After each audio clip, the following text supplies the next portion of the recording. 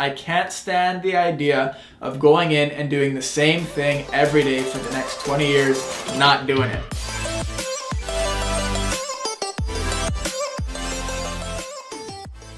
What's up guys, how's it going? For those of you who don't know me, my name is Jérémie Nantel. I'm a real estate agent in Winnipeg, Manitoba with the Royal LePage Prime family. I'm also a recent graduate at the University of Manitoba, just graduated with a major in marketing back in December. And I'd like to take this opportunity to thank you for being one of the 57 people who probably watched this video for the first time. Now you might be wondering, why would a university graduate be going into real estate in the middle of a pandemic? It's a great question. Right now, for most people, obviously, you graduate from university, you do your undergrad, and you say, I need to find a job somewhere stable where I can start climbing that corporate ladder, right? And there's a few reasons why I didn't do that, and I'd love to share them with you today. Now, I was fortunate enough to work a variety of different jobs during high school and university. I got my first job when I was 16 years old at the local golf course, and let me tell you, if you're in that 15 to 18-year-old demographic or you have kids who are, I highly recommend it. I personally think that's the best job that you can have as a young child. Number one, helps you develop really good personal skills, right? Communication skills, and it also teaches you respect, right? Two things that'll really serve you well in life. So in my first year of university, I got a clerical job with the Manitoba government, and that was really my first real office job. Now that job, it really did teach me a lot about responsibility, but the biggest thing it taught me was that I never wanted to work an office job again. The reason was, I was bored out of my mind. I was sitting there every day. It was the same routine every single day, right? You wake up at 6, be in the office by 8:30, leave at 4:30, and that's it. And I knew that was not for me. I needed something more. So in my third year of university, I took a stab at running my own business. Now I had run other businesses in the past if you consider a paper route and a lemonade stand a business, but this was really my first real business, right? Getting real clients.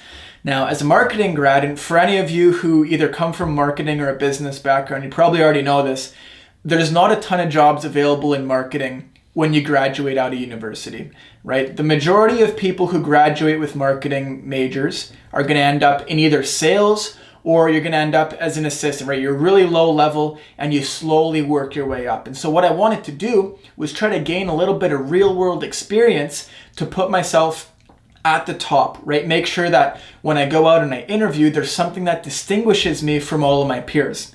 And so doing that job, I thought it was awesome. I learned a lot about organization, right? Making sure that I had a schedule, I stuck to it, and that I was organized, right? You need to be very organized when you run your business. The other thing I learned was accountability. So not only accountability to others, right? Doing what I say I'm going to do when I'm going to do it, but also being accountable to myself, making sure that I follow through on all my calls, making sure that I follow through on that work, making sure that I'm accountable and I can feel good about the work that I'm doing. And those were two really valuable lessons that I got in the 2 years that I did all that freelance work. Now, the final job that I had before graduating university was a government job again. This time it was with the federal government.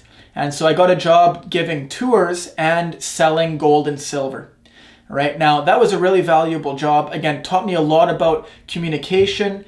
One of the greatest parts was that we got to meet people from all over the world. We meet people from Europe, from Asia, we'd meet people from South America, South Africa. It was really cool to meet all these people and to try to find these different common denominators, things that we're all interested in. And so I started to get really comfortable talking to people that I didn't know and really improving my small talk. The other thing was I started to learn a lot about my love for sales. And what I learned was that I love to educate people. Now, whether someone was coming in and they wanted to buy a souvenir for their kids at home from the business trip, or they wanted to buy a $2,000 gold coin to add to their collection, I really enjoyed the process of educating them on everything that we had to offer and then finding the best product to suit their needs. And so I found that this job really helped me to, develop those skills to a point where I felt very comfortable in uncomfortable situations. I was also very fortunate to have a great boss at this job. She taught me a lot about interpersonal skills and dealing with different personality types. And she also allowed me to develop my skills as a leader within our team. And I really appreciated that and think that it helped me develop into the person that I am today. So at the end of the day, as you can imagine, these jobs, among all the others that I had, they really taught me a lot about myself. But the two main takeaways that I had was, number one, I never wanted to work an office job again, right? And I said, I am never doing that again. I can't stand the idea of going in and doing the same thing every day for the next 20 years, not doing it. Now, the second thing that I learned, and this is really the big one for me, is I learned that I wanted to spend my days helping people. I wanted to make an impact, a positive impact in people's lives. And so I started to think about, what are the big decisions that people make throughout their lives where you can help and you can make that positive impact. And at the end of the day, I came up with 4 big events that kind of most people are going to go through in their lives, right? The first was getting married. So you go getting married, you're going to have kids, you're going to get a car, and you're going to get a house. Those are kind of the 4 big life events, if you will, that most people go through in their lives. So with the first 2, I figured I'd probably have a hard time adding value to them. If you ask my girlfriend, she'd definitely tell you that I'm not the counselor type. I definitely wouldn't be the person to consult on relationships. So helping people get married and helping people have kids was out of the picture for me.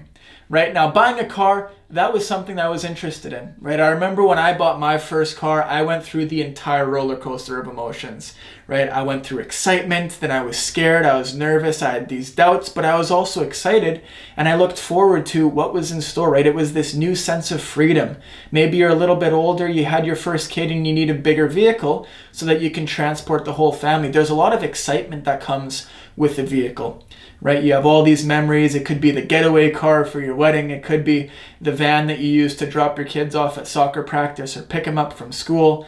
But at the end of the day, I figured that houses, that's where all the real memories are made. A vehicle is really just a point from A to B, right? The novelty and the excitement from getting a new car, it's going to wear off. And you're also going to get a new vehicle every 3 to 5 years. Whereas with a house, probably not going to get a new one 3 to 5 years. You're looking at more 10 to 15 years, right?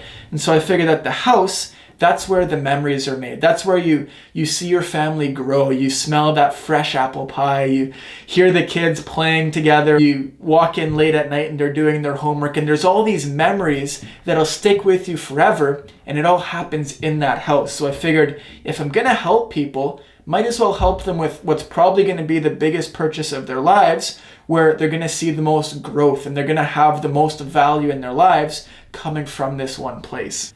So that's a little bit about me and why I got into real estate. Now, in terms of what I personally strive to do in my career, the number one thing is to always add value. Now, with buyers, this might mean helping you know what to look for, right? As real estate agents, we're very fortunate. We go on the inspections, we see lots of houses, deal with lots of clients, and we know what you should be looking for when you're buying your property, right? I want to make sure that when you go, whether it's with me or any agent in your area, that you know what you're looking for and you don't get screwed over, because that's going to be the worst thing, right? You want to be able to go through the entire process, feel like you're educated, feel like you're in the know, feel comfortable with your purchase, and when you look back, make sure you don't have any regrets. Now, regardless of if you're a buyer or a seller, at the end of the day, I'm always going to be honest with you. That's going to mean doing a list of pros and cons and looking at all the different strengths and weaknesses of each property, right? I want you to be aware of them so that we don't just find the house that looks best, but we found the house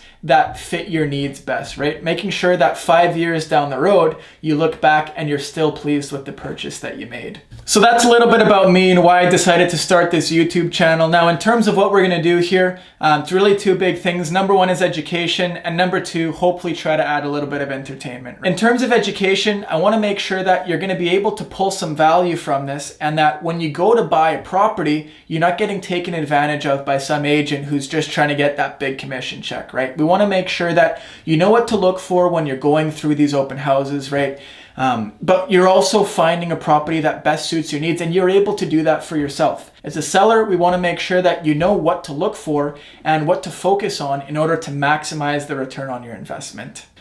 I also want to give you an idea of, what we do as realtors and the benefits of using a realtor. Obviously, this is one of the biggest purchases of your life, and you want to make sure that you do it the right way. So there's a few things I'll share with you about, what we do as realtors and why we really are going to add a lot of value and help you find the best property at the best price. Now, in terms of entertainment, I want to make sure that we keep this fun. I don't want you to feel like blah, blah, blah is just talking about whatever. If I see something funny, if I got a funny story, I'm going to share it with you. We're always going to try to keep it fun and try to keep the topics as interesting as possible. So with all that being said, I want to thank you guys so much for your time today. Thank you for watching the video. If you did find some value in it, it would mean the world to me if you liked, comment, subscribed, maybe share it with a friend that you think would enjoy. And if you have any questions or suggestions on things you'd like to see in videos in the future, drop them down in the comments. You can also send me a message on Instagram. That's all I got for you guys today. Hope you have a great week. Talk to you soon.